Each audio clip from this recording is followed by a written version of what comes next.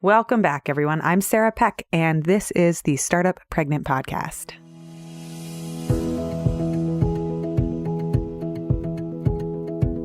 I wish that I could tell every woman in the world who's breastfeeding, you've got this, mama, just keep going. And I think that's what we're trying to do. That was Amy VanHaren. She's the founder and CEO of Pump Spotting and VanHaren Creative. So today we are going to look at what it takes to rent an RV, build out mobile pumping rooms for any mama to use, and drive a van across the country in a mission to bring joy and connection to breastfeeding mothers.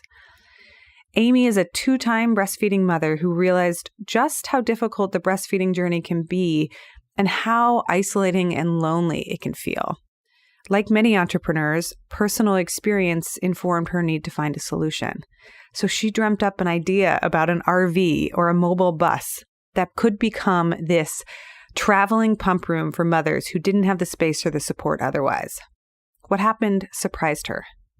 Women would join together on the bus, and instead of pumping or typing or madly trying to do a lot of work while getting the pumping done, women would start to share their stories with each other. And she would have 6 or 9 women on the bus, and they would be talking about their birth stories, about how challenging becoming a new mother was, and about what breastfeeding was really like. They'd pump milk, yes, but they'd also meet friends and share what it was like to become a brand new mom. So in today's episode, we talked to the founder of Pump Spotting about why the breastfeeding journey can be so hard and why the journey into motherhood can be so hard. She shares both her breastfeeding journey and the challenges she faced as a traveling mother who traveled a ton for her work. She also shares her entrepreneurship journey, how she stumbled into this business, and what it's been like to build it while raising school-aged children in Maine. And also one quick note before we jump in. My microphone didn't pick up during this interview, so I sound like I'm calling in from a payphone. And Amy, we're getting en route from an RV. So we've got a little bit of glitchiness and a little bit of sound, but the story, I think, is so wonderful. So thanks for listening in, as always. Welcome to the Startup Pregnant Podcast, where we talk to creative leaders about what it means to be an entrepreneur and a parent. I'm your host, Sarah K. Peck. One of the questions I always get is, how do I fit it all in? How do I do it all? How is there enough time to create a successful business and be a good mom? And it's not about doing more. It's about working smarter and figuring out what's important in each of those hours. For me, feeling engaged and on top of my game has a lot to do with food and how I nourish myself. If you want to know more about good nutrition and eating well, I am thrilled to tell you about the sponsor of this episode, Alavida Nutrition. They make everything about healthy eating and eating better easier for new moms and for busy women on the go. The founders, Anna and Megan, are both entrepreneurial powerhouses juggling careers and growing families, and they totally get it. So they give realistic solutions for getting healthy food on the table. They're registered dietitians. They help people get pregnant. They help people have healthy pregnancies and then rediscover and recover in your postpartum body. Also, for Startup Pregnant listeners, if you use the code StartupPregnant, you get 20% off of their self-paced programs or their nutrition consultations. I have all the links in the show notes so you can check them out. And thank you, Alavida Nutrition, for being the sponsor of this episode.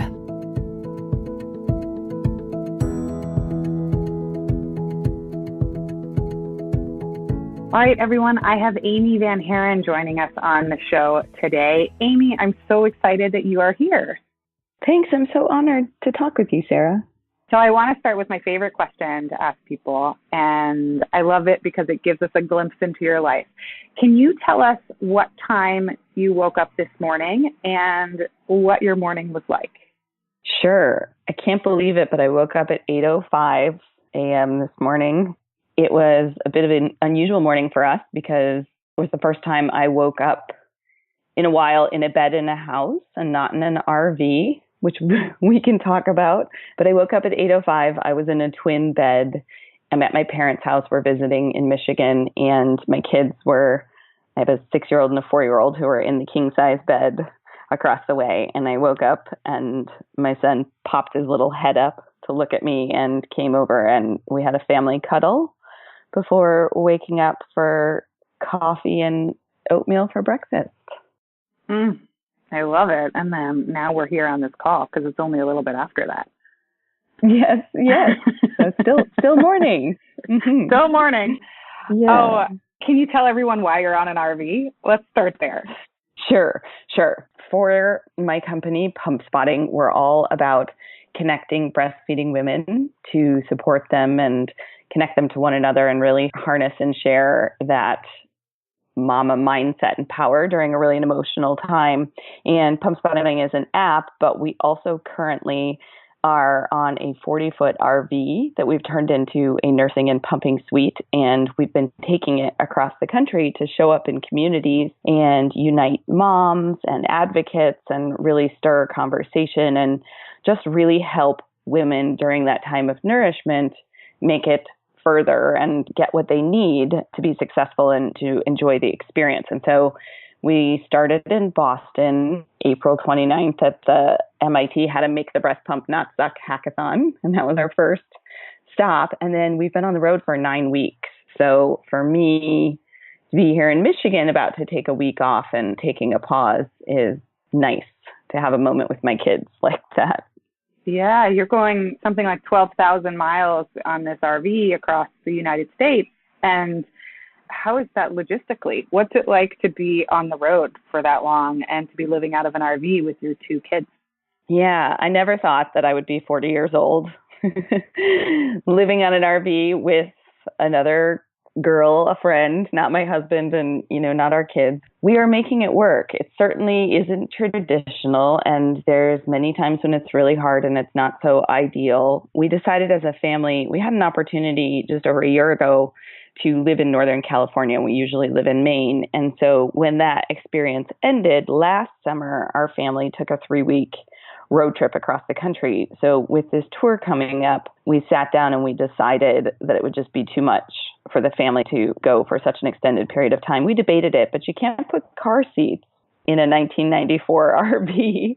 So it would make it tricky, right, for the kids to go along. And so then it was, do you follow along? And just the fact that we were stopping so many places, sometimes twice a day, and just so much going on, it just felt like it would be too challenging and disruptive for everybody. I think for me, I've found that I'm most successful to the best of my ability. It's messy and it's never perfect, but when I'm either mothering or being a businesswoman, and the thought of having us all on the road and doing that all together for all of us just felt too complicated.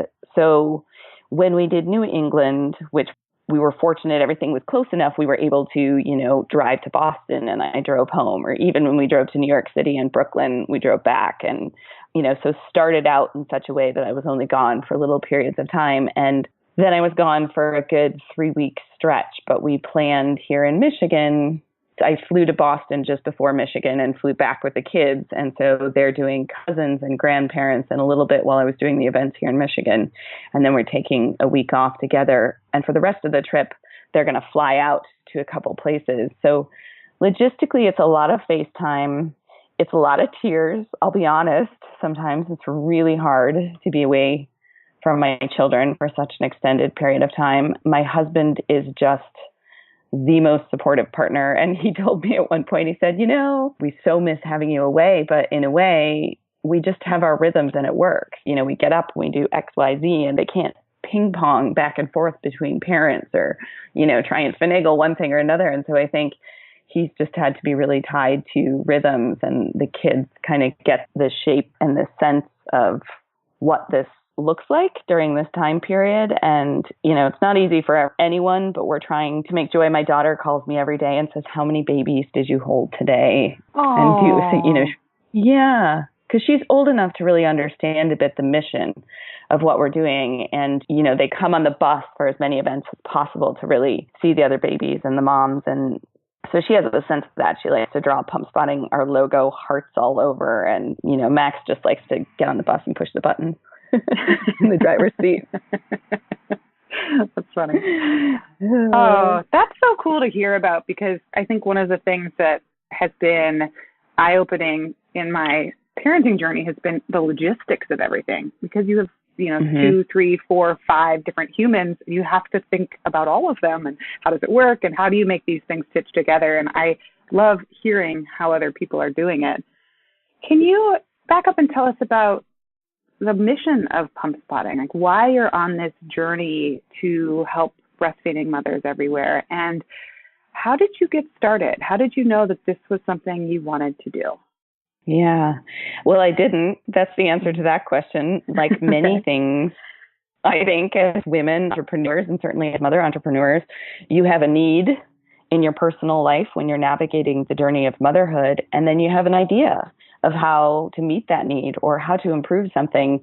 And that's how it was for me. And then it took hold and I couldn't not pursue it, not just on behalf of me, but feeling as though I could see a way to make breastfeeding easier for other women and one day for my daughter. And I think breastfeeding can be really challenging and really isolating. And the onus for us is that what makes it easier is oftentimes being connected to other women and other mothers who've been there. That's certainly how Pump Spotting started. I, was living in Maine, running a marketing agency, and my clients were, the majority of them in Northern California. So I had to go back to work when Max was 6 weeks because, as so many of when you run a business, you don't have a lot of maternity leave time because you have to keep sustaining it. And so I had to go back to work, and that meant flying across the country nearly every month. I had breastfed my daughter and it had gone so well and it was such a good thing and the health and nourishment. I wanted to keep doing it with my son, but I was Googling dry ice and shipping hundreds of ounces of milk and pumping in every airport bathroom and between businessmen, under my nursing cover at 30,000 feet up on these 6 and 7 hour flights and feeling really isolated throughout the journey. But the one thing that made me feel so much better was talking to other women, to see the other women around me who are breastfeeding and nursing and to hear how they did it and to get their tips. And there just felt like such beautiful energy to be connected in that way and to be tapping into that. And I think I was seeing the way that women were breastfeeding and working and, some of them pumping so frequently and nursing in the NICU. And my sister-in-law had triplets, and I'm kind of an eternal optimist. So I was looking for support in a way that was, cheering on. And because my background is and was community building and social media and marketing, I just started to see a way to use the phone that's in our hand. And so often when you're pumping in a room, you're on your phone, a better way to build it. And so that's how the idea for Pump Spotting came to be and how I became passionate about this journey.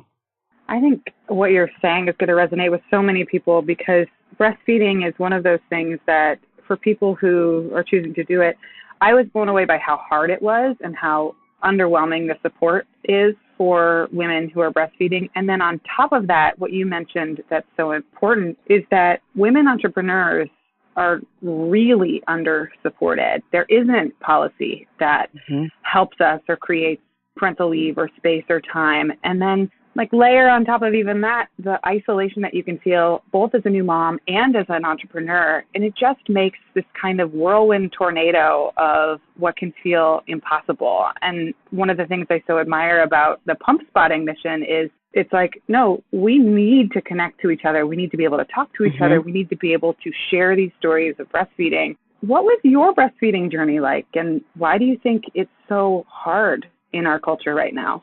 Yeah. And can I say one other thing before we move on from that? Oh, yeah, please do. Just as you were speaking, I think being, an entrepreneur as a woman and then navigating parenthood and breastfeeding, the other thing that's so hard for me, at least, was the fear of letting people down.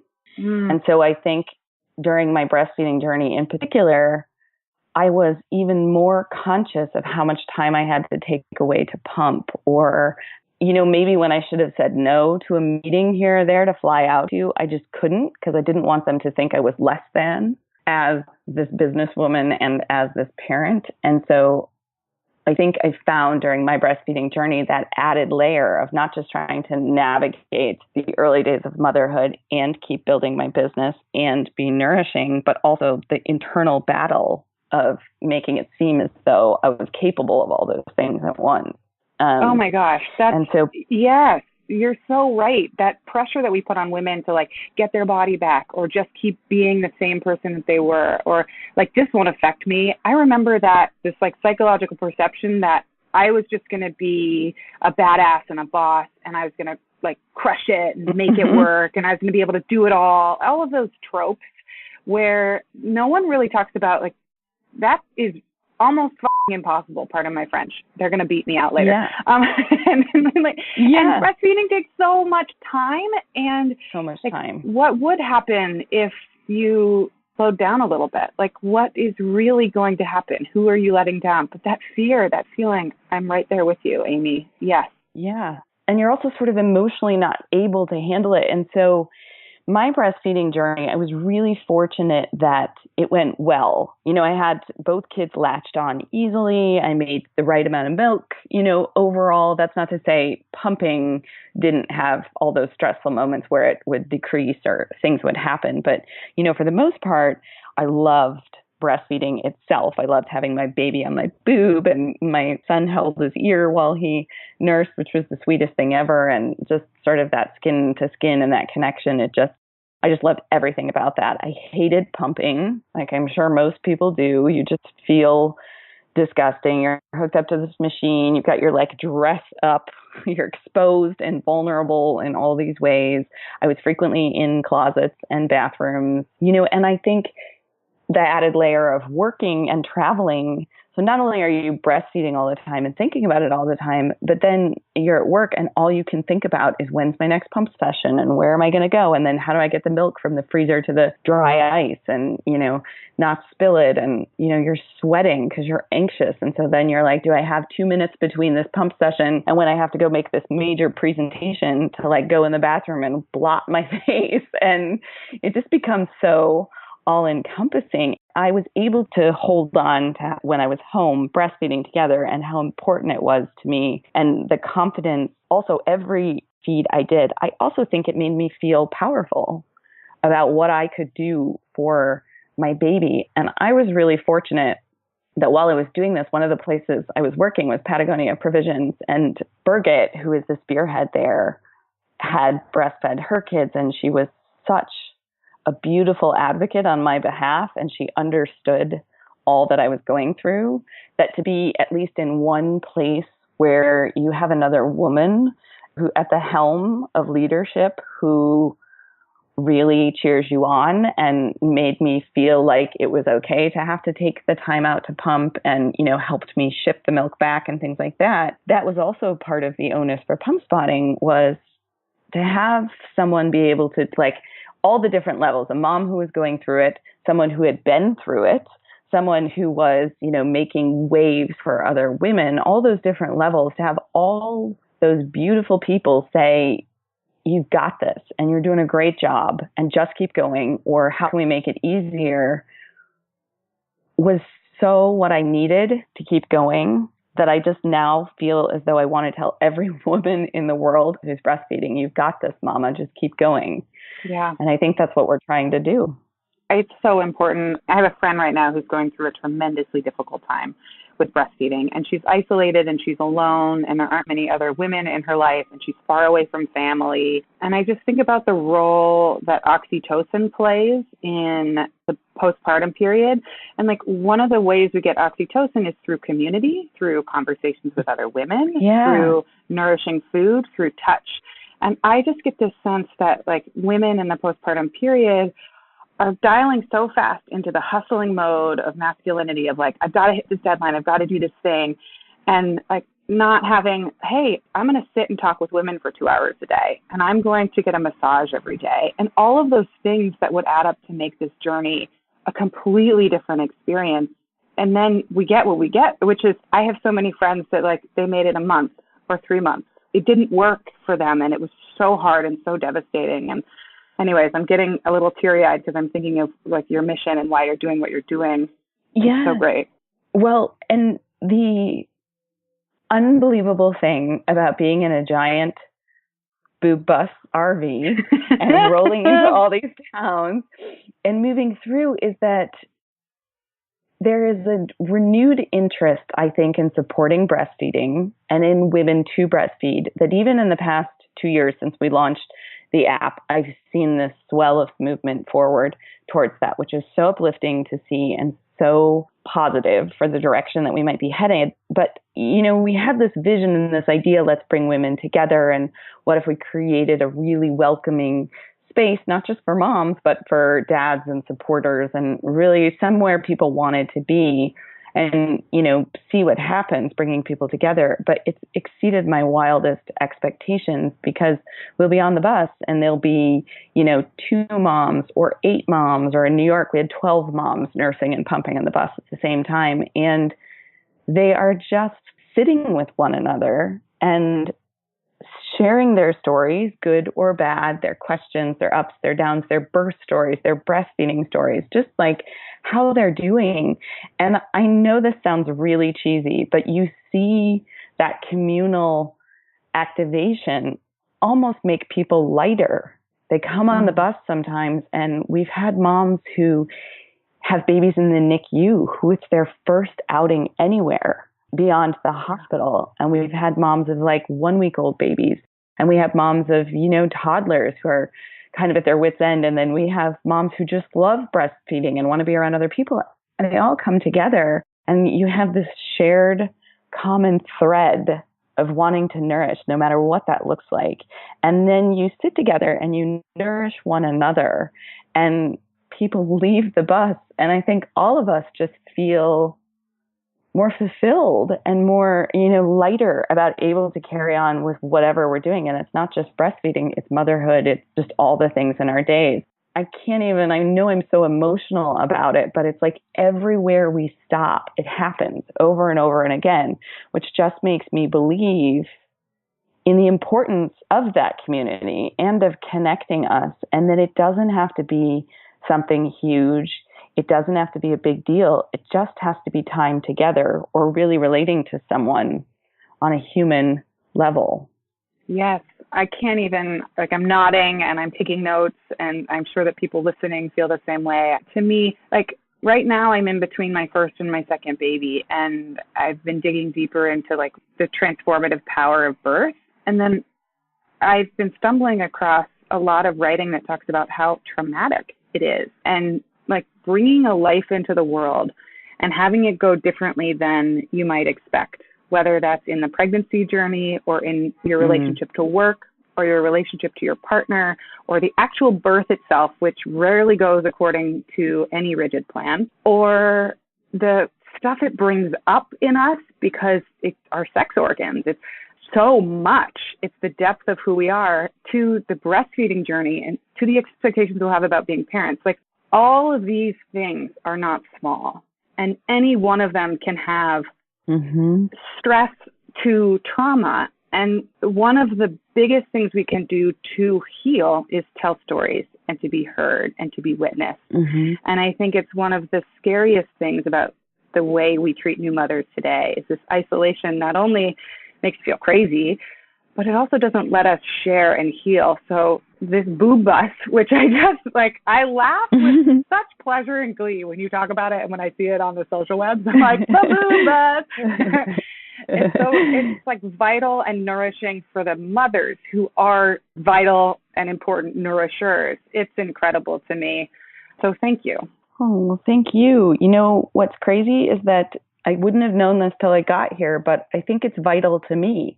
I think one of the things that pregnancy and motherhood and all these things, clearly breastfeeding, has unearthed for me is a new level of creativity and a new level of wanting to give of that to the world and to see how that takes shape. And so the unexpected benefit is what this journey of building this business and this bus and connecting with all these moms is doing for me personally. And that piece I never would have been able to expect until I'd gotten here. But I thought, everyone says, oh, are you exhausted at this point in the tour from all the energy it takes to do events day in and day out and all these things? And I feel energetic as ever about what we can build and how to keep fostering those communities. So I would love to dig into a little bit about the business journey that you've been on too, because I think you have this story of pitching to Apple and you were going to build an app first. Can you go back to the early days of pump spotting and tell us, like, what was the business at first and how has it evolved over time? So I believe I was, sitting in a bathroom pumping in one of those places that was miserable that I didn't want to be, and on my phone, and started to think about how I could connect to other women who might also be stuck in bathrooms or stuck under a baby breastfeeding and, needing to talk to someone or connect or get advice. And somehow the name and the idea for pump spotting just kind of appeared, as things do when you have quiet headspace to be thinking about where you want to go. But I didn't know how to build an app. I had never done it. I didn't have the first clue about how I would make something like that come to light. And I was telling a friend of mine, Annie, who was my yoga instructor through prenatal, and she held my son Max just after I gave birth to Move and Stretch. And she had been really nourishing to me. And she said, I know the perfect person. I went on a yoga retreat with Lindsay Whitmer Collins, who is an app developer. And so she connected us, and Lindsay and I had this conversation, and right away, Lindsay got it. Said, I see what you're trying to build, and I think it's necessary, and I'd love to build it for you. And so we started the process, which was pretty cool. She did the user design experience, and here's what it looks like. And we have lots of conversations about what are the necessary features to start with, and what needs to go into it, and how do you go from here to there. And I think one of the most important things Lindsay did was help us make a really tight minimum viable product, which means not too many bells and whistles. We started with a feed where you could post what you were feeling or thinking, and then a feed where you could post and share a place to nurse and pump. And that was the basic component of it. And we launched just 2 years ago, essentially this week, to an email list of about 124 moms. And we started to have some momentum, and moms started to use the app and like it and share lots of thoughts about where we could go. And then Lindsay sent me a text on a whim of Apple's Planet of the Apps that they were going to be doing a reality show for apps. And she kind of jokingly said we should apply for this. And I put it aside, and it kind of sat in the back of my head. And then the due date was approaching for submissions. Actually, I think it was the date, and you had to submit a 1-minute video pitch. And I thought, okay, why not? And we came away from it, and it was heartbreaking to be so close to feeling as if you could step forward with your business in an exciting way. And you really wanted a champion or a mentor to see the vision of what you're doing and where you're going. But it also, in hindsight and since then, taught us so much about where you need to be ready and timing and what things are. But then we went and had some tequila after that experience. And we got up the next morning at 4 a.m., kind of teary-eyed and still in the haze of all that we'd just been through. And we had the idea for the RV and the cross-country tour. And Lindsay actually has a video of me looking harried, and we're talking through. One of their advice was you need to really get to know more about what women need. And they were right. And so we had this idea for the RV, and then we launched it through Kickstarter, and it's unbelievable to me that we're actually doing it. That journey is real.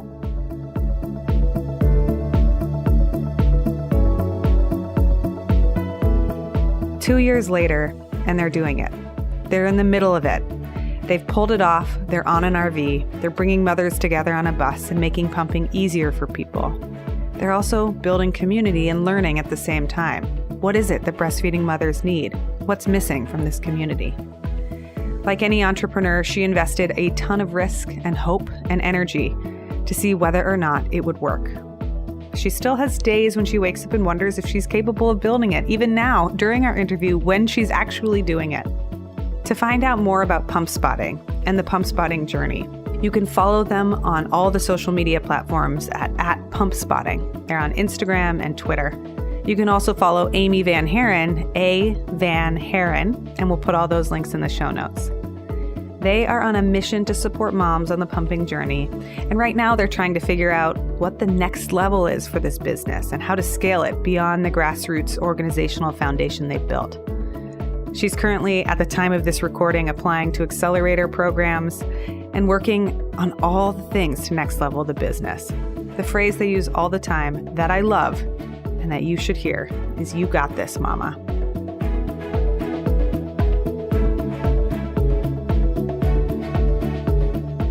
And I always say this and I mean it.